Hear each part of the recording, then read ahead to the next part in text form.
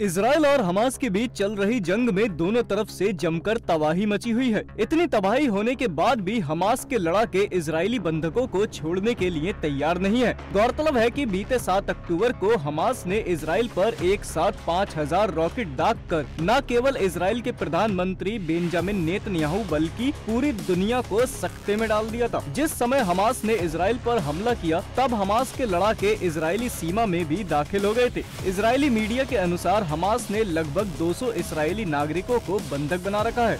वहीं दूसरी ओर इजराइल ने दावा किया है कि उसके पास 250 से ज्यादा बंधक हैं।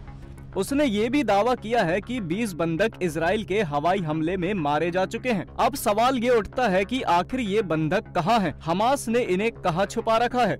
इजराइल ने आरोप लगाया है कि हमास के लड़ाके नागरिकों को बंधक बनाकर गाजा पट्टी ले गए हैं। हालांकि नागरिकों को कहां रखा गया है उसकी सटीक जानकारी इजराइल के हाथ नहीं लग सकी है, जिसके चलते इजराइल को अपने नागरिकों को रेस्क्यू करने में परेशानी का सामना करना पड़ रहा है। माना जा रहा है कि हमास ने इन बंधकों को गाजा पट्टी में बनी सुरंगों में छुपा रखा है। गौरतलब है कि हमास ने जिन नागरिकों को बंधक बनाया है उनमें सिर्फ इजराइल ही नहीं बल्कि अन्य देशों के नागरिक भी शामिल हैं।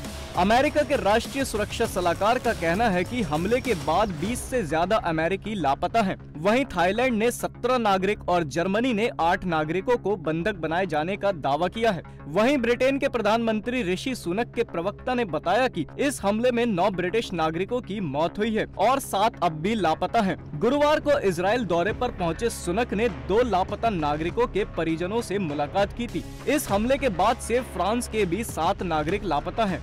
हमास की मिलिट्री विंग का कहना है कि गैर इजरायली नागरिक जिन्हें बंधक बनाया गया है वो हमारे मेहमान हैं और हालात ठीक होते ही उन्हें छोड़ दिया जाएगा। इसी बीच सूत्रों के हवाले से पता लगा है कि इजरायली बंधकों की रिहाई के बदले इजराइल की जेल में बंद 36 फिलिस्तीन महिलाओं और बच्चों की रिहाई की मांग की जा रही है। हालांकि अभी तक बात नहीं बन सकी है। रेस्क्यू ऑपरेशन और इंटेलिजेंस में मदद के लिए अमेरिका ने एक टीम इजराइल भी भेजी है। इसी बीच हमास ने अमेरिका के 2 बंधकों को रिहा किया है, जिसके बाद इजराइल को भी उम्मीद जागी है कि बेकसूर नागरिकों को हमास जल्द ही रिहा करेगा।